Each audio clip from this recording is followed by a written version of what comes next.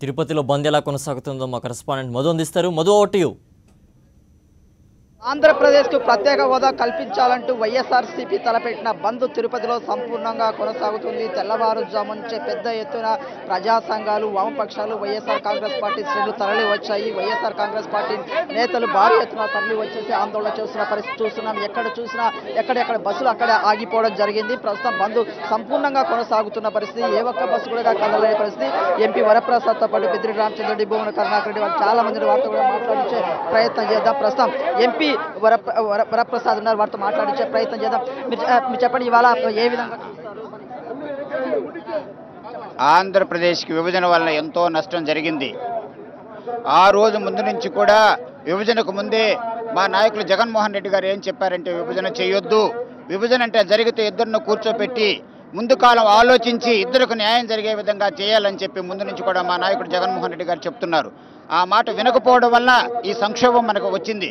కనుక ప్రత్యేక హోదా వచ్చే వరకు కూడా మేము పోరాడతాం. ప్రత్యేక హోదా వస్తేనే ప్రాంతాభివృద్ధి కానీ అన్ని విధాలు కూడా ఆంధ్రప్రదేశ్ అభివృద్ధి చెందుతుందన్న నమ్మకం మాలో ఉంది. ఎందుకంటే స్పెషల్ ప్యాకేజీ వల్ల లాభం ఉండదు. స్పెషల్ ప్యాకేజ్ వల్ల కొంతమందికే లాభం ఉంటుంది, కొన్ని రంగాల్లోనే అది అభివృద్ధి జరుగుతుంది. కానీ మొత్తంగా అభివృద్ధి జరగాలంటే తప్పనిసరిగా ప్రత్యేక హోదా కావాలా.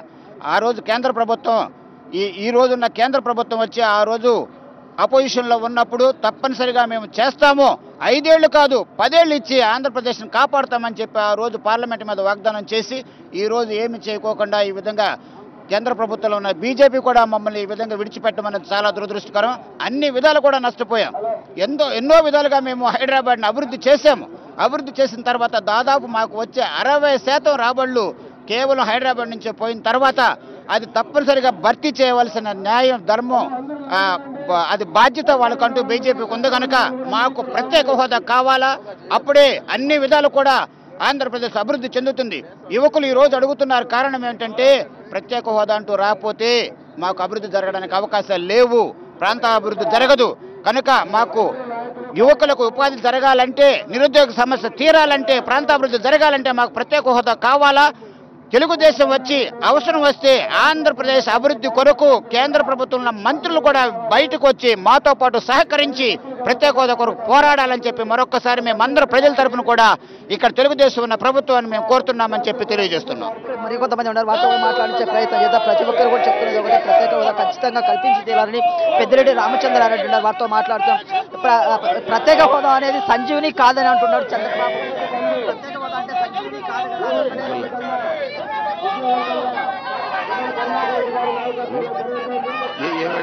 ప్రత్యేక హోదా అనేది సంజీవిని కాదు, ప్యాకేజీ వస్తే సరిపోతుందని చంద్రబాబు. ప్రత్యేక హోదా సంజీవిని కాదని చంద్రబాబు నాయుడు చెప్తున్నాడు. ఇదే పెద్ద మనిషి రాష్ట్రం విడిపోయేదానికి లేఖ ఇచ్చిన పెద్ద మనిషి ఇతనే. వెంకయ్యనాయుడు గారు రాజ్యసభలో 10 సంవత్సరాలు మేము ప్రత్యేక హోదా ఇస్తామని చెప్పిన పెద్ద మనిషి వెంకయ్యనాయుడు. ఈరోజు వెంకయ్యనాయుడు, చంద్రబాబు నాయుడు ఇద్దరు కలిసి రాష్ట్రానికి అన్యాయం చేసేదే కాకుండా ఒక కుట్రపూరితంగా వ్యవహరిస్తూ ఉన్నారు. ప్రత్యేక హోదా ఇస్తే భావితరాలన్నీ కూడా బాగుపడతాయని చెప్పి ఆలోచన చేయకుండా ప్రత్యేక ప్యాకేజ్ ఇస్తే ఏదో డబ్బులు వస్తాయి, ఆ డబ్బులతో ఈ 3.5 సంవత్సరము కాలం దోయొచ్చు, మన సొంత సంపాదన చేసుకోవచ్చు అనే దుర్బుద్ధితో వ్యవహరిస్తూ ఉన్నారు. ఏది ఏమైనా కానీ ప్రజలందరూ కూడా ఈరోజు చాలా ఉత్సాహంగా ముందుకొచ్చినారు. ఈ బంద్ ద్వారా రాష్ట్ర కేంద్ర ప్రభుత్వాలకు ఎలాంటి సంకేతాలు? మా డిమాండ్ ఒకటే, ప్రత్యేక హోదా ఇవ్వండి. ఈ బంద్ దానికోసమే చేస్తున్నాం. ఇంకా ఏదైనా పిలిపిస్తే జగన్మోహన్ రెడ్డి గారు ఆ పిలుపు మేరకు కూడా ఈ రాష్ట్రం అంతా కూడా యావత్ మంది ప్రజలందరూ కూడా మాకు సహకరిస్తారు, జగన్మోహన్ రెడ్డి గారికి సహకరిస్తారు. మేము తప్పనిసరిగా ప్రత్యేక హోదా ఇచ్చేదాకా వైఎస్ఆర్ కాంగ్రెస్ పార్టీ జగన్మోహన్ రెడ్డి గారి ఆధ్వర్యంలో పూర్తి స్థాయిలో కేంద్ర ప్రభుత్వం మీద, రాష్ట్ర ప్రభుత్వం మీద పోరాడుతుంది. వీరు చేసే అన్యాయాలను ఎండగడుతుంది. మొత్తం మీద ఖచ్చితంగా వైఎస్ఆర్ కాంగ్రెస్ పార్టీ ప్రత్యేక హోదా వచ్చే వరకు పోరాటం కొనసాగిస్తుంది. జగన్మోహన్ రెడ్డి నేతృత్వంలో పెద్ద ఎత్తున ఆందోళన చేయడానికి, మరిన్ని ఆందోళన చేయడానికి సిద్ధంగా ఉన్నామని వైఎస్ఆర్ కాంగ్రెస్ పార్టీ నేతలు చెప్తున్నారు.